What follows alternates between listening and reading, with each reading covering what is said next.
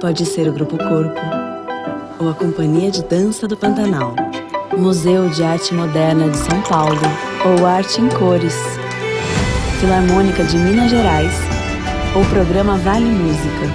Onde tem cultura, a Vale está. Dos projetos que todo mundo já conhece, até aqueles projetos que todo mundo precisa conhecer. É valorizando essa cultura que crescemos e evoluímos juntos. Com o apoio do Instituto Cultural Vale, a arte popular é destaque no Maranhão. E o nosso papel é fazer com que elas sejam conhecidas, valorizadas. Vale, transformar a mineração hoje é transformar o amanhã de todos.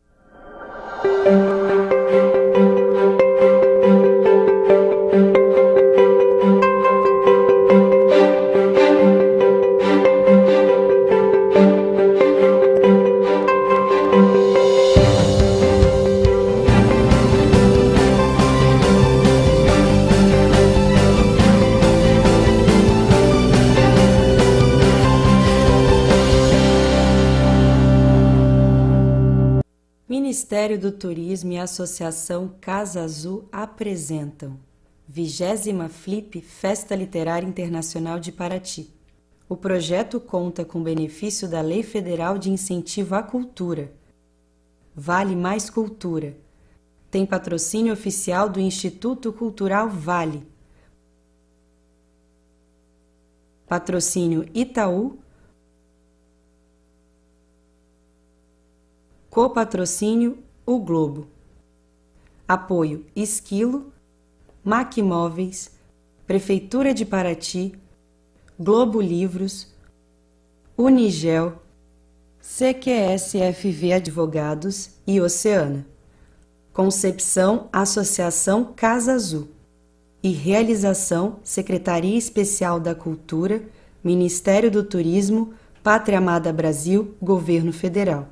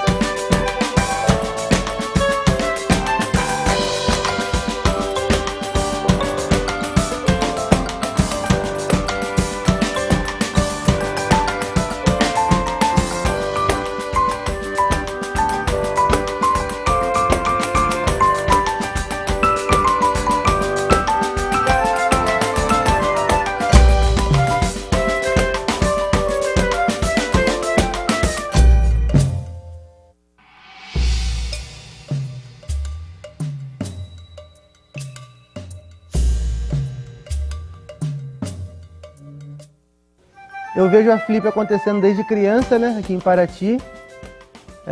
Já participei da Flipinha, Flipzona, né? E depois de adulto, como cirandeiro, participei em 2020 da mesa José Kleber falando sobre a ciranda de Paraty.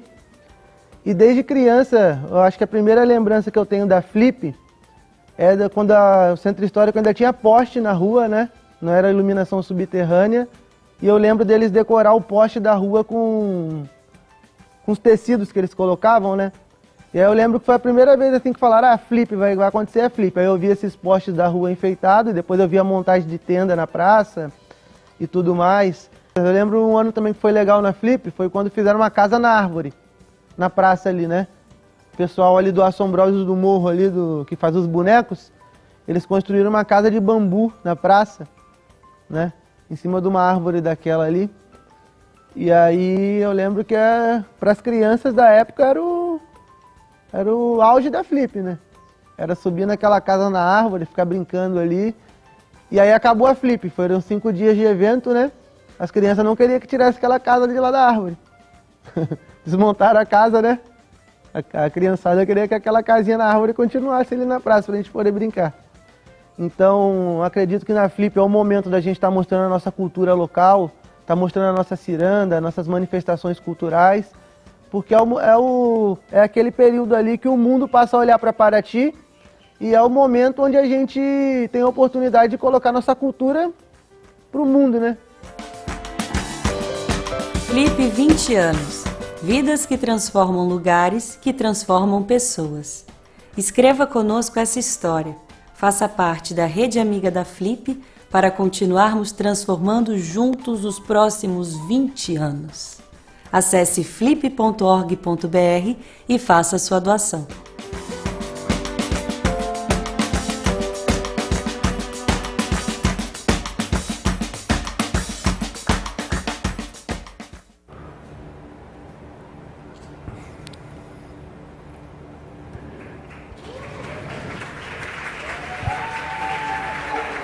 Hello, hello.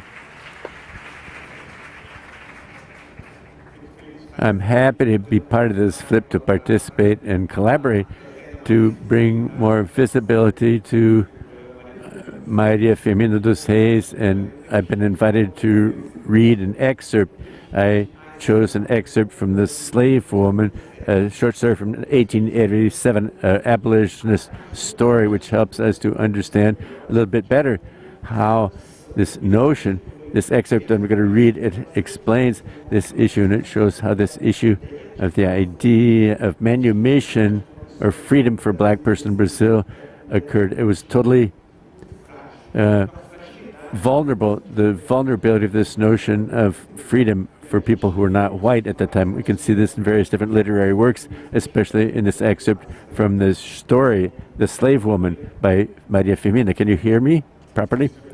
I forgot, my name is Amara Moira. I'll be in part of a roundtable later on today.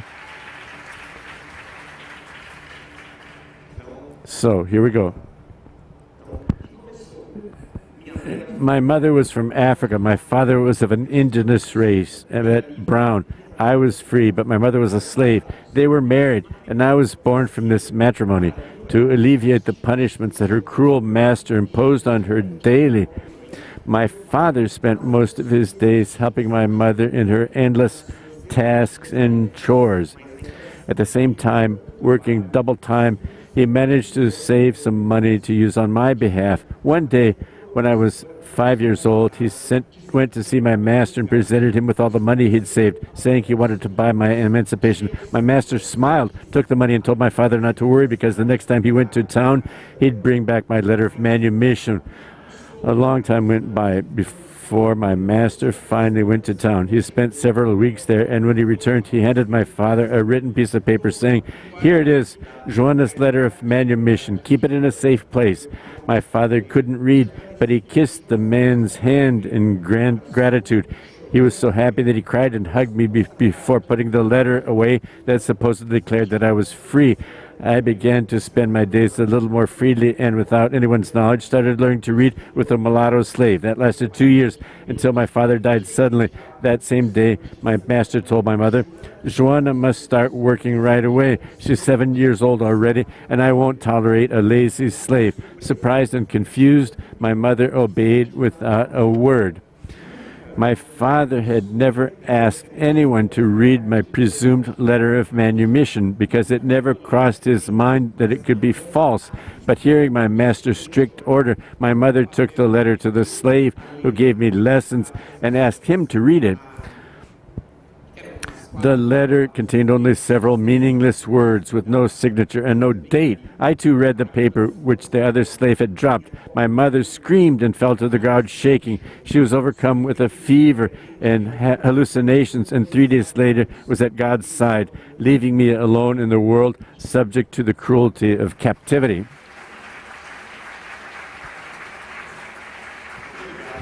Thank you very much.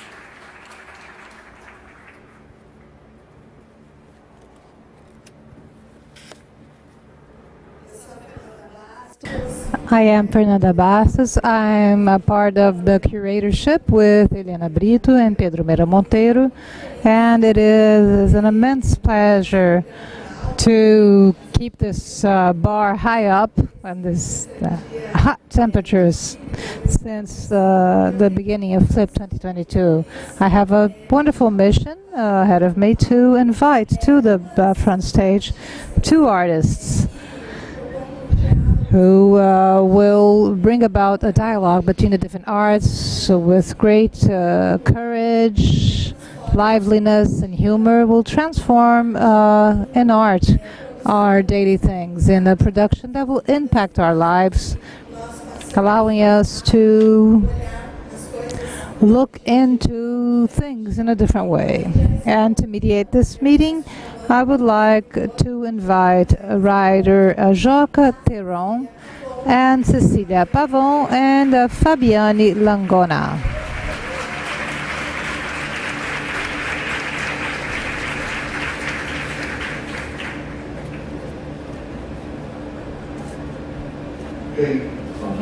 Good afternoon. It is a pleasure to be here on the 20th edition of Flip, and this event, a summit of Brazilian culture. I would like to greet Mauro Munhoz and the curators for this beautiful edition. I would also like to greet all our colleagues that are present today, publishers, poets, authors, cartoonists, readers. And also it is an honor to be here next to these two amazing women. One of the poets, one of the most interesting poets in Argentinian poetry, Cecilia Pavón. She was born in Mendoza in 1973. She has, for now, this book published in Brazil, Discoteca Selvagem, but Jabuticaba will launch a anthology of her short stories. However, Cecilia has published more than 10 books, such as Does Love for Animals Exist?, Licorice Candies, A Hotel with My Name, and many others, along with Fernanda Langona, another interesting figure from the Argentinian culture. At the end of the 80s, she created an art gallery called Belleza y Felicidad, Beauty and Happiness. And that amazing period of the breaking away, or actually the bankruptcy of the Argentinian economy, which was also important for the renewal of the Argentinian literature and the creation of new Argentinian figures. And also we have our dearest Fabiane Langona. Let me just use my cell phone here because I have my notes on it. Fabiane Langona was born in Porto Alegre in 1984. She is a cartoonist, Brazilian cartoonist. She started with a pseudonym as a Chiquinha, a name that she no longer wishes to have. She denies it. It was a nickname she had during college when she was studying journalism. Fabiane has published, the first book was Uma Patada com Carinho. She started right. A tender slap would be a free translation. It was launched in 2011, and then she won the HQ Mix Award, the most important award for Brazilian cartoons, as the best graphic humor publication. Fabiane then launched Algumas Mulheres Mundo, Some Women World, and the Mediocreization of Love. She has also a column in the São Paulo, and it's called To Live Hurts, Viver Dói. Very well. I guess the first question, an inevitable question, whenever we talk about creators and authors, is where do your stories come from? So Cecilia, when do you start writing? Where do your characters come from? For me,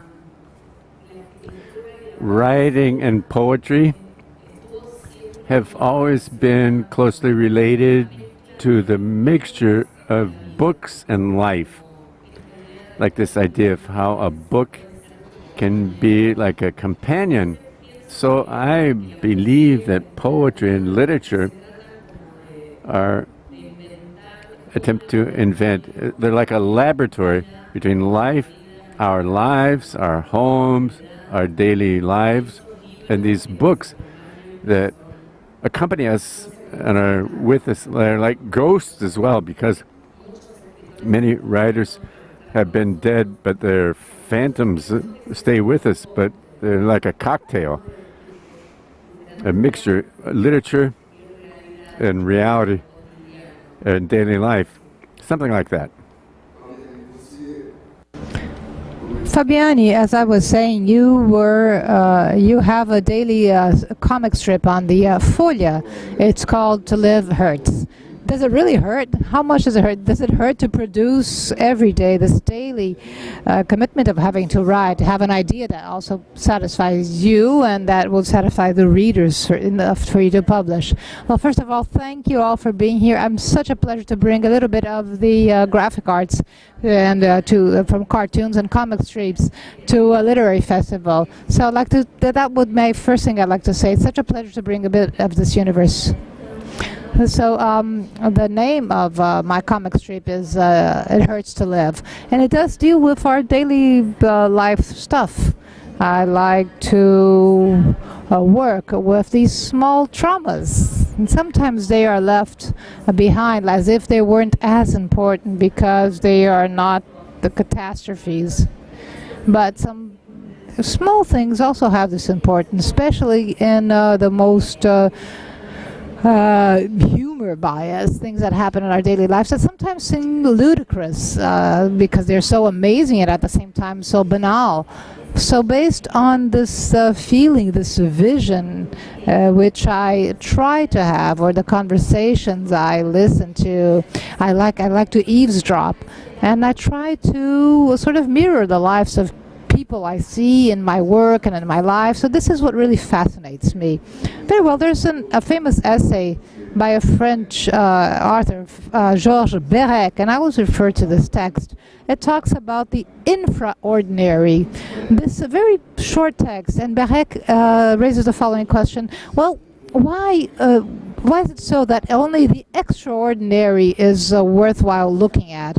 Only when a train derails or when a plane crashes, this actually becomes a topic that is sufficiently necessary to support the newspapers and headlines. But how about the infraordinary, our daily lives? And this is something I find in your work, both of you, is the presence of the daily things, the simple things, the infamous things that happen in our daily lives.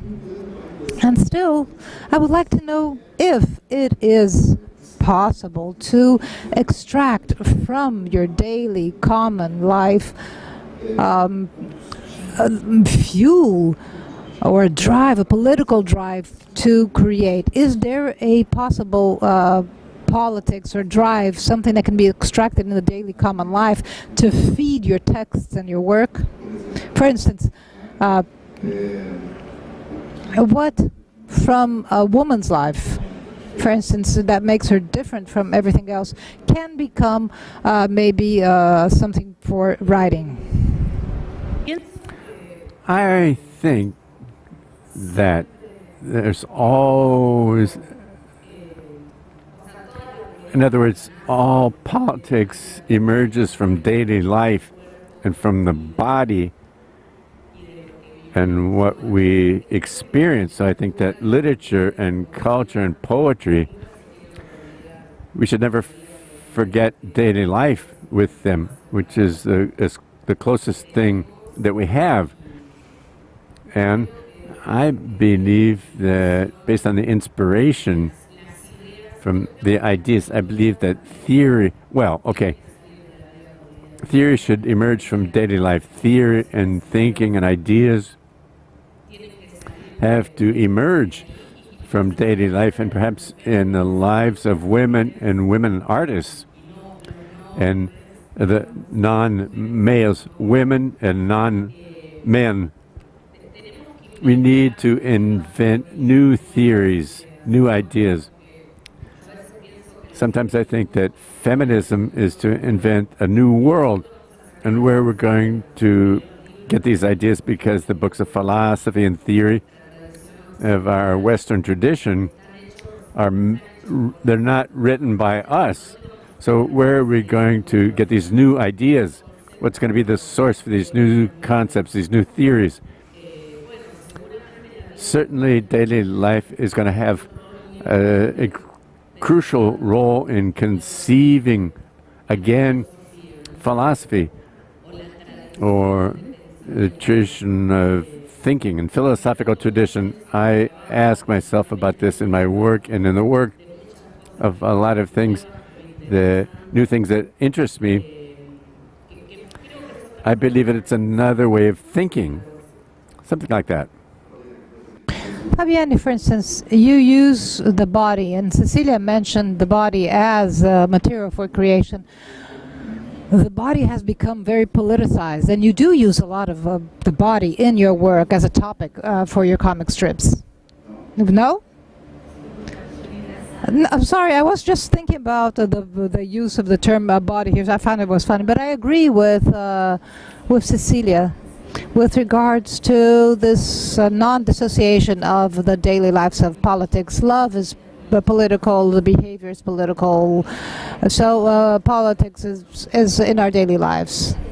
And with regards to the different themes and topics that we were mentioning regarding the body, and bringing to my comic strips and images, just to introduce you to this, humanity will tell stories through images even before any type of written language was created. So images have a very strong, images are very powerful. Bringing this to my profession, women were left behind in a limbo because of the cartoon and comic strip especially was always very guided towards a male public and made by men. So it's very recent to have this approach that is more feminist and feminine of the topics of our interests.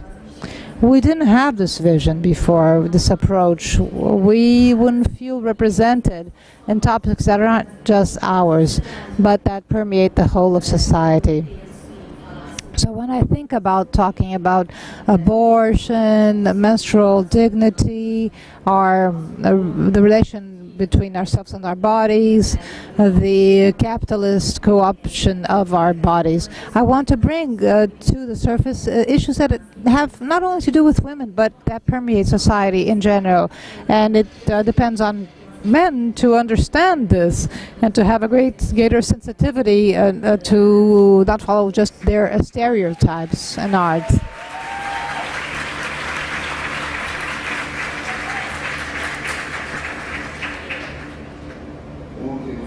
Yesterday we were talking about the idea,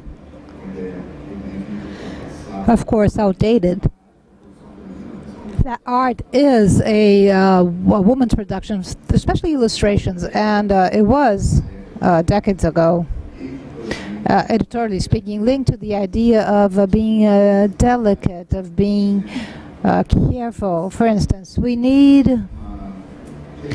have a delicate matter, a delicate beat for a magazine, and then we invite a woman because she will bring about some kind of delicacy with her drawing. However, the work that Fabiane does is, well, it will touch other sensitive nerves in society.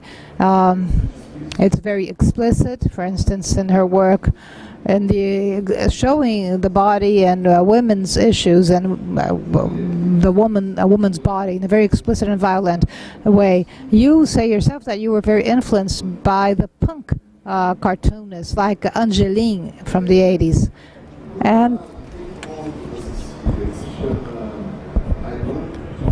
And there is I Want to Be Fed is a story by Cecilia, and there is an epigraph that says that everybody deserves to be fucked.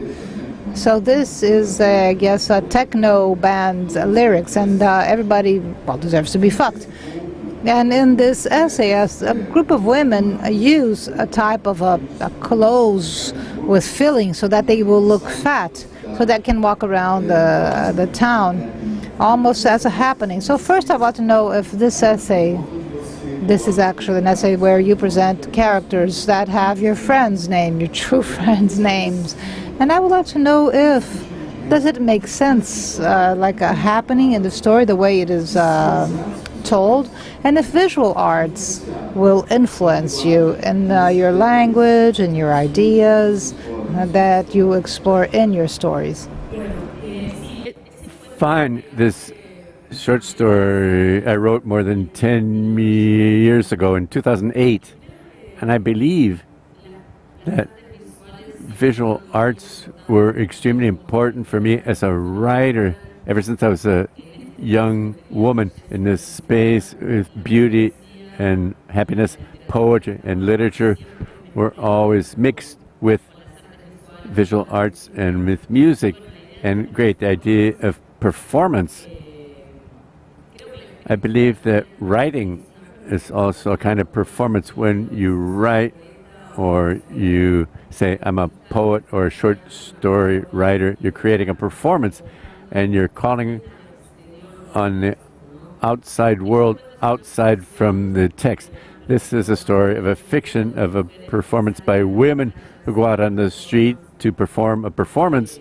And fine, it's like a little bit also, it says that they go to these neighborhoods, the upscale neighborhoods in Buenos Aires where women are supposed to be very weak and vulnerable.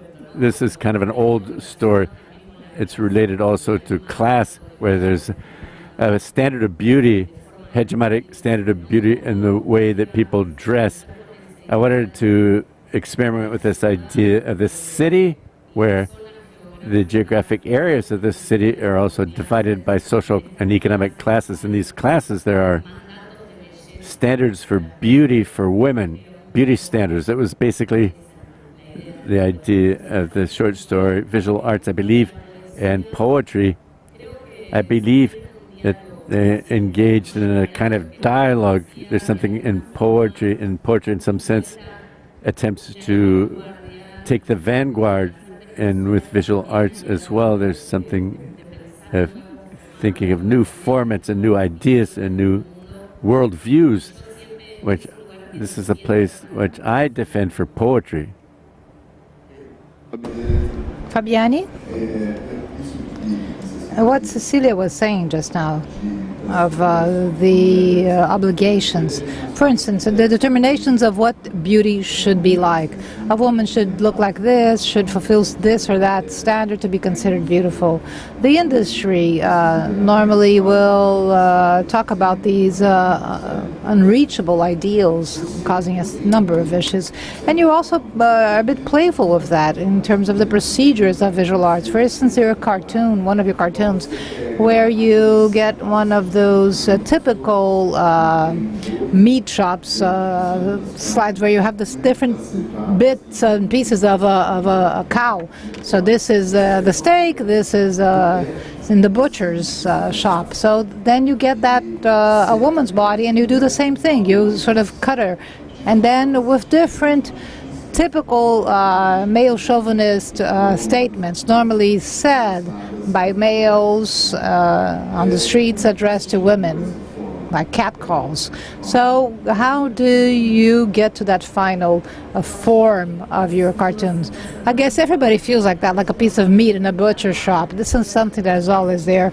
And many women identify themselves with that cartoon, not only in the streets and catcalls, but even in advertisement, even in soap operas, movies. There's always this objectification, constant objectification of women. And this whole idea of having the image with a stronger approach, the image will bring a greater violence to actually convey that message, is important to me. Because, as you were saying, you were talking about how this obligation that women has to use her delicacy to actually convey what she thinks. And so with my work, I always try to explore this sense of using a certain violence and blood and gore and guts to actually reach your objective. Sometimes it's the only way to do so. I do believe that we are always considered to be very delicate, and we always talk about this. Cecilia and I, we talked about this whole idea of becoming a bit male-like in order to be respected intellectually, or we have to be aggressive to be heard. And I guess I always try to reach sometimes, a midterm between talking about our interests and our topics with a certain subtleness and delicacy. But always consider the strength and the impact that a cartoon, a comic strip will have, the impact that we will have in order to bring this impact. And I guess the cartoon I prepared for a magazine that talks about abortion issues. At the time there was this great discussion on the abortion after rape, and to us this is not even something we can consider. This is it. This is a little baby. The woman had to have the baby. It was result of a rape, and she didn't want the baby to look like the rapist. But that's what she sees in the baby, the situation of violence. It was done for a big magazine, and the editor censored this comic strip. He thought that it was just too violent and bloody, whatever. So the design is not as violent as the situation that women are subjected to.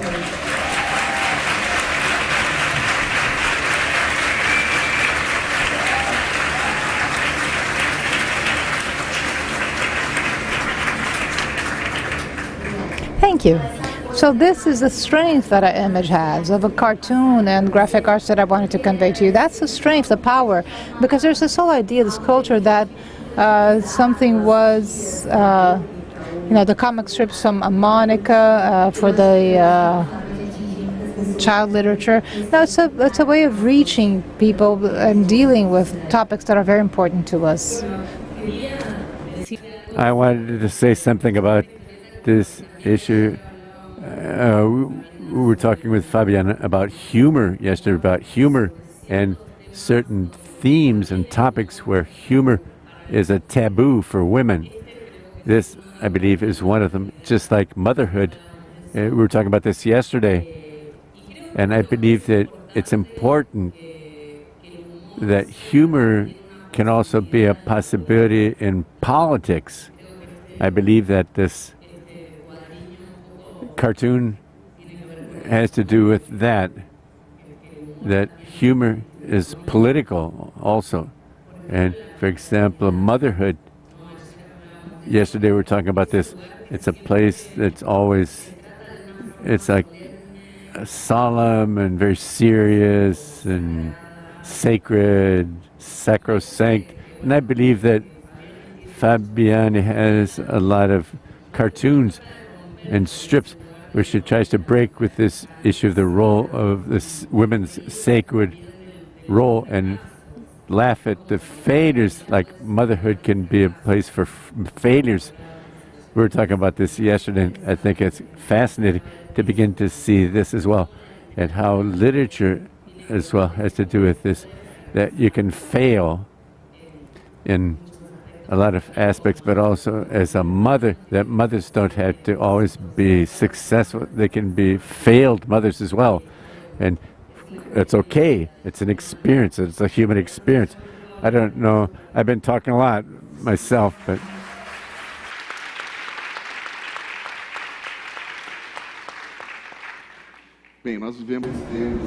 Yes, we are living times in which censorship has acquired the unthinkable forms, the so-called culture of cancellation. And you gave the example of a self-censorship or editorial censorship.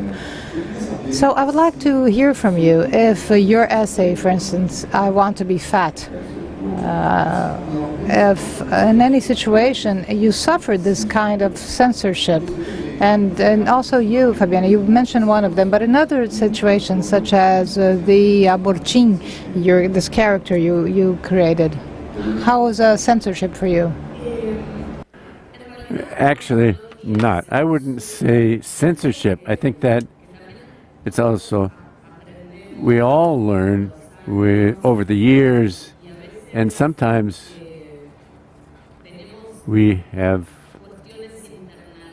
internalized issues that we have to unlearn. What happened with this I Want to Be Fat, this short story that I wrote in 2008, sometimes I heard comments on internet pages on social networks like it was fat phobia, and I thought to myself, and I asked myself, why did they say I was practicing fat phobia? It's not censorship, it's part of a dialogue, and I believe that it's okay to be able to listen to and hear everything. I give workshops, poetry workshops. I have a lot of young students in my poetry workshops, and a year ago I gave them a book called Come Manifestos. It's by a 60s feminist who wants to kill all men. Que fue la que disparó. How do you call it? She was one who shot Andy Warhol. And my students said, wow, this is bad. It's terrible. It's Nazi. It's fascist. It's violent. And I said, for me, it was funny. It was like humor. And I said, fine. I thought to myself, as someone from 20 years, when I was 20 years old, I thought people that were 20 years old, and I put myself in their place, and I thought it was interesting to be able to think, to see how, as well, culturally speaking, things change over time. It wasn't like I was in favor or against cancer culture. That's how it is. It's okay to be able to think and talk about that. But times change, and cultural understandings change, and they renew themselves. For instance, the two of you work with a bit of irony, with sarcasm, and censorship sometimes also insinuates itself in the misunderstandings, mistakes or errors in understanding. And this might bring about a more cruel way of understanding and reading, because it shows a difficulty that others have in understanding, even a difficulty of understanding what is that artistic test, what is literature, what are the cartoons or arts. Maybe you could talk a little bit about your experience with Abortin, your character, Fabiane, or maybe other situations that you have lived. For instance, a cartoon that you have published which was maybe misunderstood. So I suppose that this has happened with you. Yes, it does happen. I guess the most delicate issue here is that in the University of Graphic Arts, if we're going to think about women working with humor, the 20th century is women who did that previously were a bit erased. And for instance, we can refer to Nariju Tefé, Pagu in the beginning of the century, but it was something that was more of a vanguard, and a woman seeing herself as the subject of a joke. And when she identifies herself with that, will cause some awe or amazement.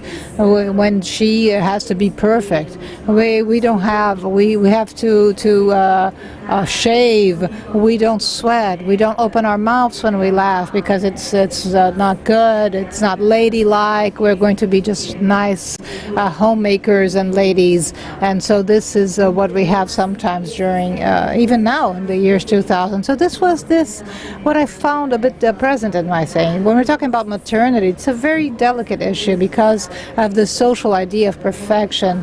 When you criticize, for instance, and maybe not a critique, but maybe when you humanize a mother that does not want to be there at that day with her child, they identify themselves, but at the same time they feel offended because it's not the expected role, sacred role of a woman and a mother.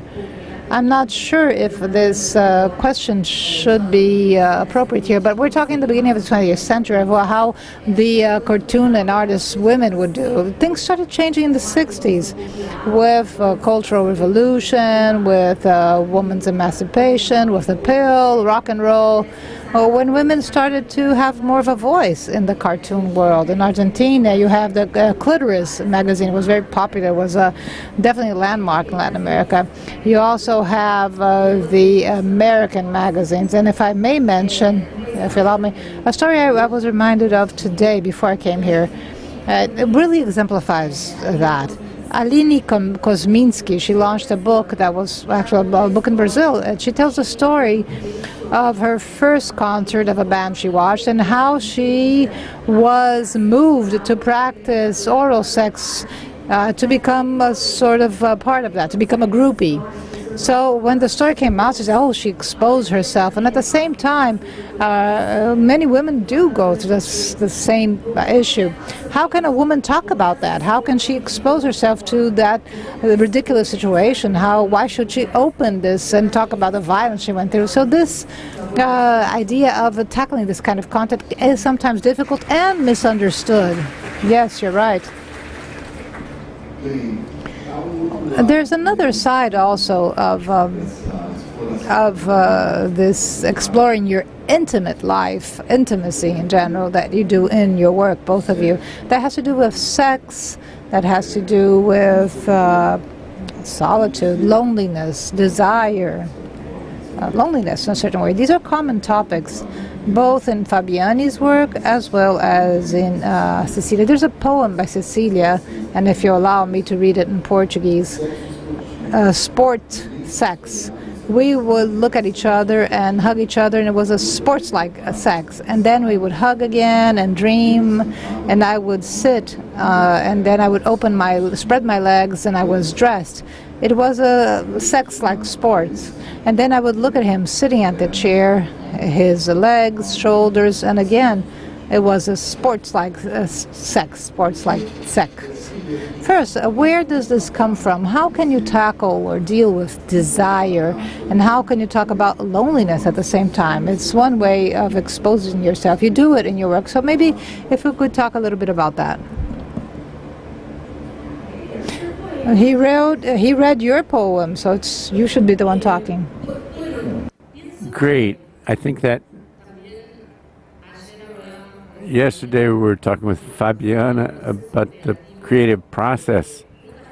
We're never certain of anything. For me to write poetry, and I believe that for her also, it's to think while you're writing, and it's always something dynamic. For example, now listening to this poem that I wrote 15 years ago, and I said, wow, I wrote this, how wonderful. And believe that poetry is also like taking a snapshot of a given moment, and to remember or to be able to go back to objects and emotions, and to be able to take a distance from one's emotions and engage in dialogue with one's own emotions, that wish of desire and loneliness, everything that Joca was just listing. I think that art and poetry, anything, they're like laboratories, a laboratory for oneself, and when it's important for oneself, it can be important for many people, because we're not that unique and exclusive. We're all similar. There's a quote by Jack Spicer, a queer poet from the 1960s in the United States. We all write the same poem. Jack Spicer said, and I love this quote, I think we all write the same poem also.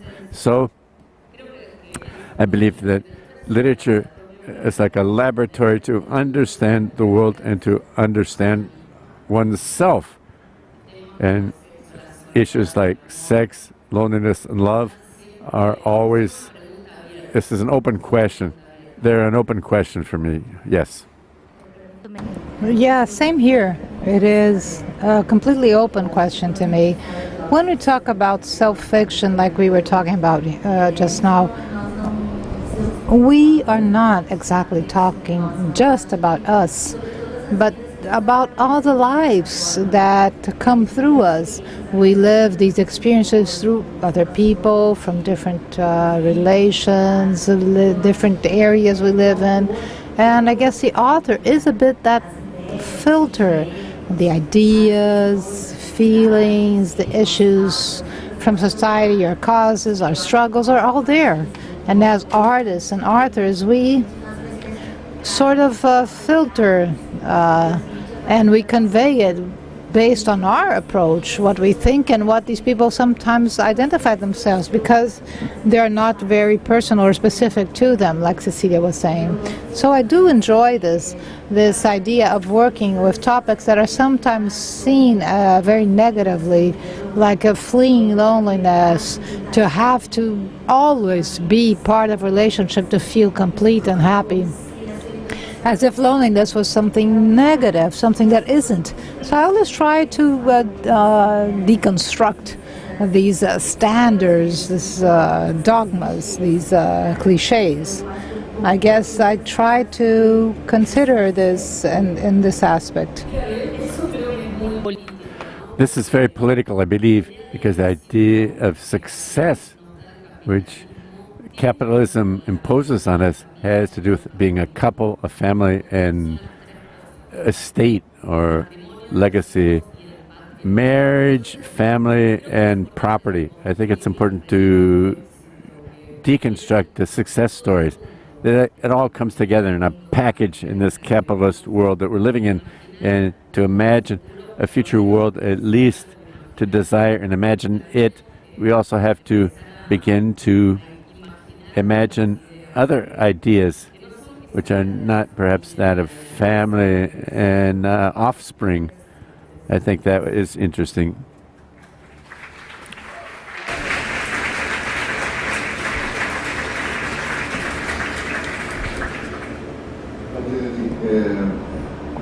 Fabiane, you mentioned Aline Kominsky.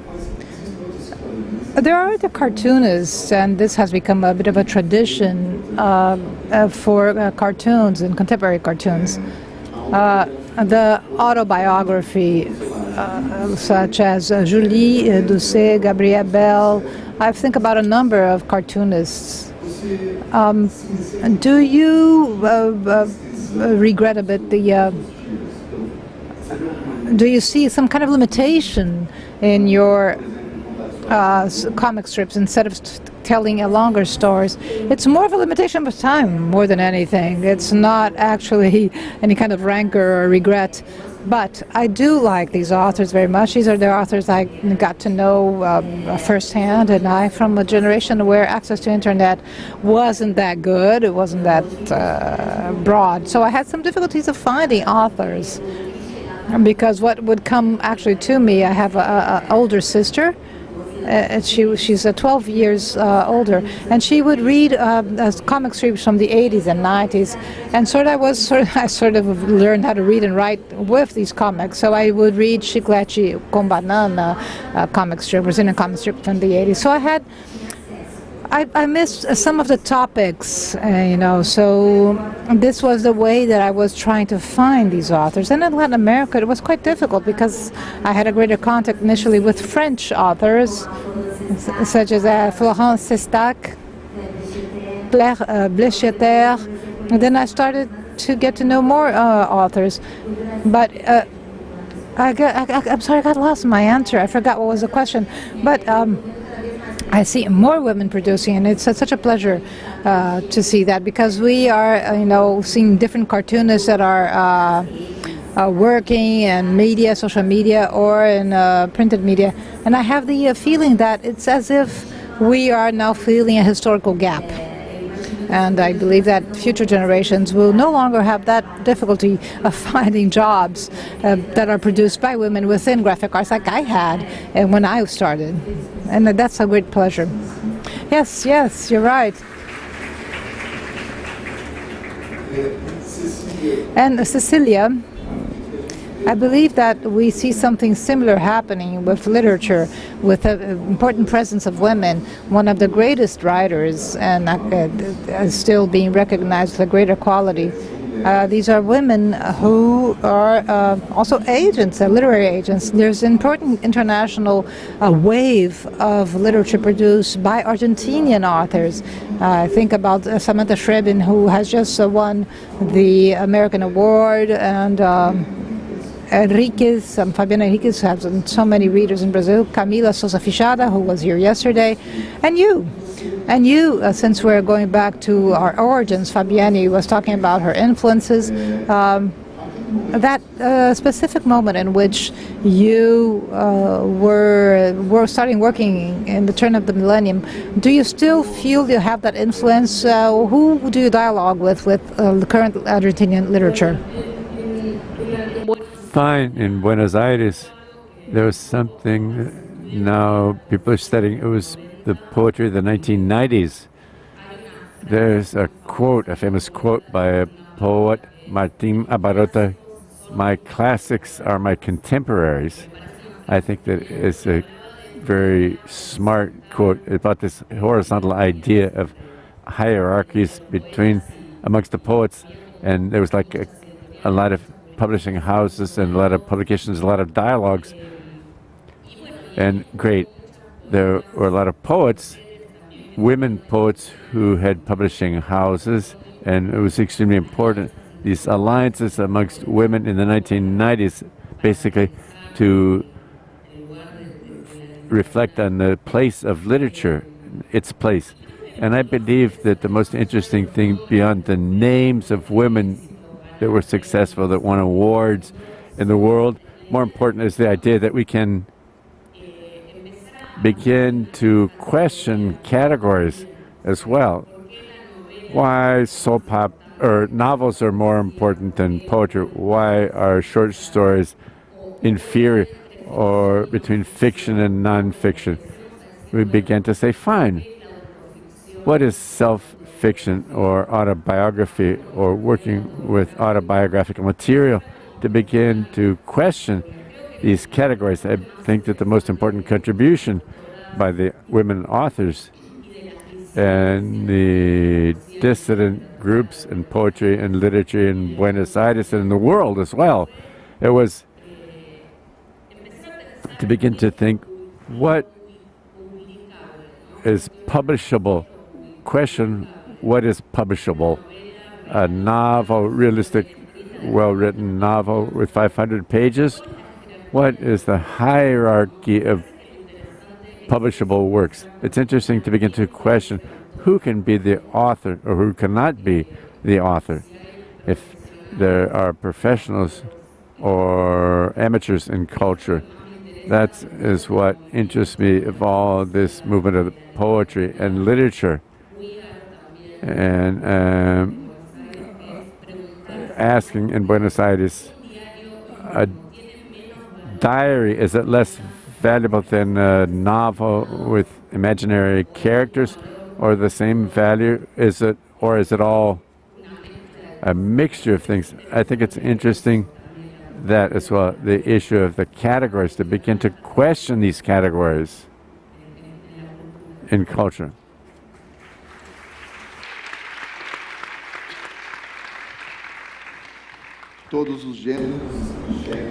I guess all literary genres are in check, including the literary genders, because the word gender and genre in Portuguese are the same. We had raised a question before: the graphic novel or the cartoons or a comic book is more valued. It will reach a broader public than a newspaper comic strip, a daily comic strip, because the idea that we have is that it is something that is very light, because in the next day, well, it's just old newspaper. In 10 years, a joke that we make today will no longer make sense in 10 years' time. So there's always this issue in journalism.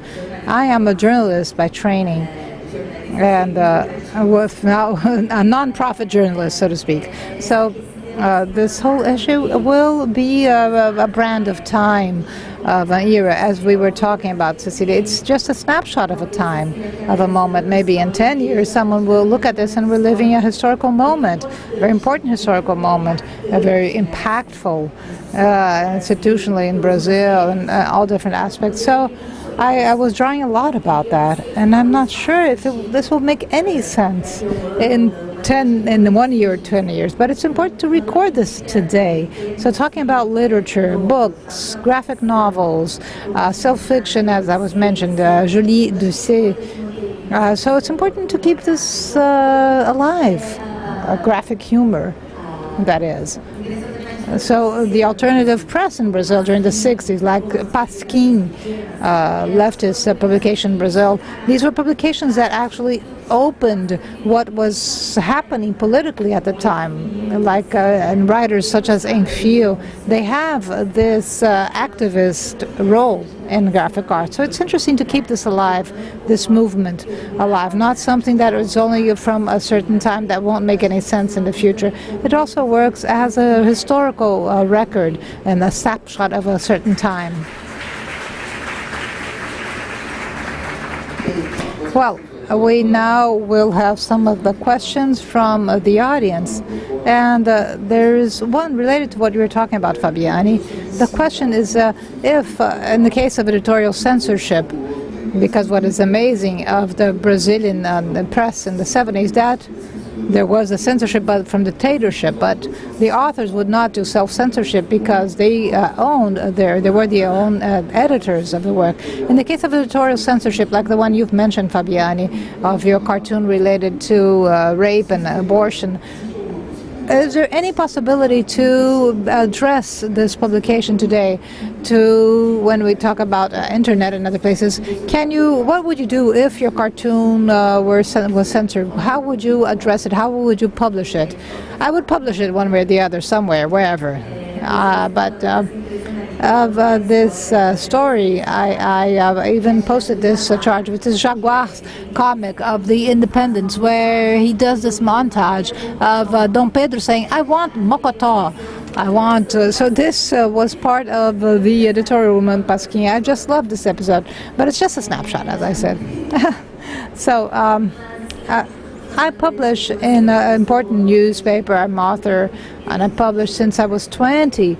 And so as an author, we learn how to deal not with our limits and limitations, but in my work I always try to move forward. I never try to do something, that would be simple, to be approved by the editors, like a white paper or what have you. So I like to take risks. An artist will always take risks. And if maybe, like it happened of that thing where I was censored, I will try to find somewhere else to publish my work.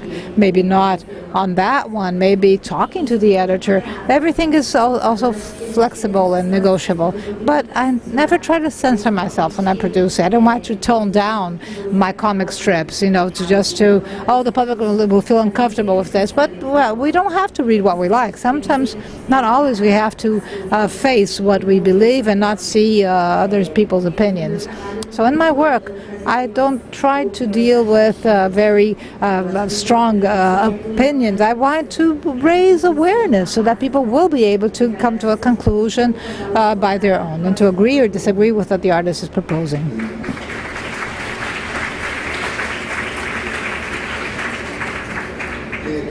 A question still under this topic for both of you, and you can start, Cecilia. We as readers, men and women, we do admire the courage you have to talk about topics that we considered as taboos. Are there topics or characters that still are taboos or that you consider difficult to tackle? Is there any taboo topic that you still need to deal with? I think that every topic on motherhood, they're all taboo. I think, for example, abortion is still as a taboo issue. And always there issues that are sensitive, like Fabiane said, and I think so. There are a lot of taboo topics, especially for women. I don't know. What do you think? Yes, I agree with Cecilia, and because of this social expectation of the way we present ourselves, we always expect to have some kind of production, a comment or something. We always expect more from a woman that manifests and has a stronger position. We are always held accountable for that, and I try to bring these topics. Sometimes some of the topics I talk about, such as parental abandonment, and I am attacked by men because of that. And with comic strips that talk about social roles, normally these are cartoons that have a greater impact and more debate around it. Recently I prepared a cartoon for the 451 magazine, and special here at Felipe this edition. And I guess they have it available here. I'm sure. And it talks about a male visibility, and this is the term I use here on that comic strip. As I said, women are claiming a space they have always had. So I'm like looking at notes. There are many authors on Flip here this year, or maybe we need to have more space. We have to talk about baldness. It's something like that.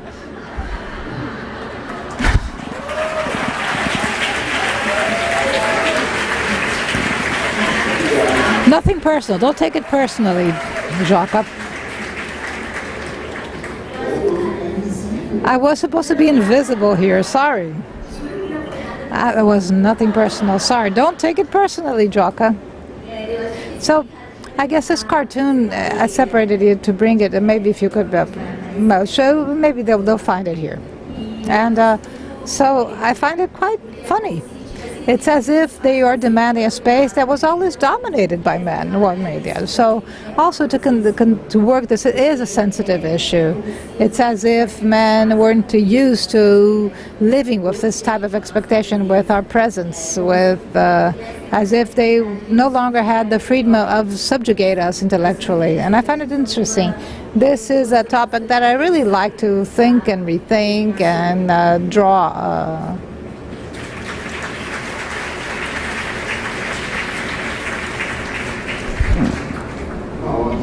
Well, there's a good question here. It's interesting. It says this politics of our common daily life, which is part of your work, both of you, does not consider any kind of epic or epic gesture. Won't we have heroines in our history? Well, heroines are there every day in the daily lives, working and riding buses, public transportation, facing society. We're all the heroines.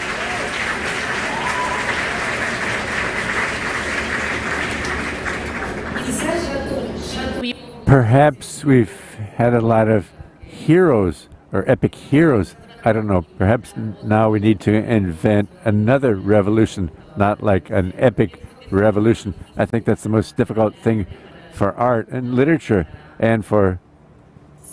Yes, I believe that literature serves the purpose, art, poetry, and all culture, to invent this new world.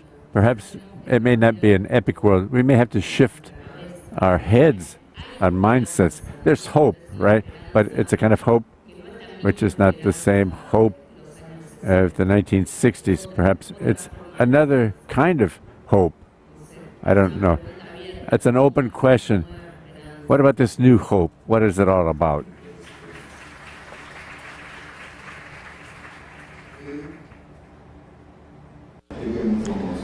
Well, we have reached the end of this amazing roundtable. Cecilia asked us to read a poem for us to conclude our meeting.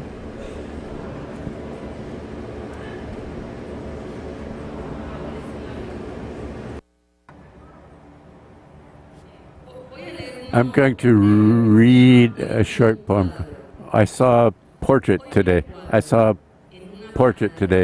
In a bakery just around the corner. It had to have been painted by a woman who was home and took a course in painting or perhaps she was a nurse, and she painted, like, as a hobby. It was a picture of a patio in the colonial home and bushes and trees around. The painting was extremely crude, but it moved me because I saw myself in the painting. I felt that my poems, this poem, for example, were their equivalent of that crude painting. The fact that I was in a bakery also led me to think that my poems were like crackers and cookies poorly cooked with cinnamon.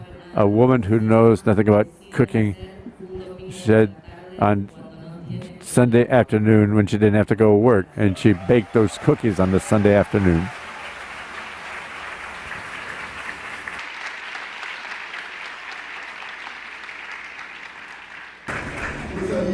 Therefore, I would like to remind you that Cecilia, Pavón, and Fabiane Langona will be signing their books at Libreria da Avança, and Fabiane will make some drawings in the books. Not little drawings, but cartoons.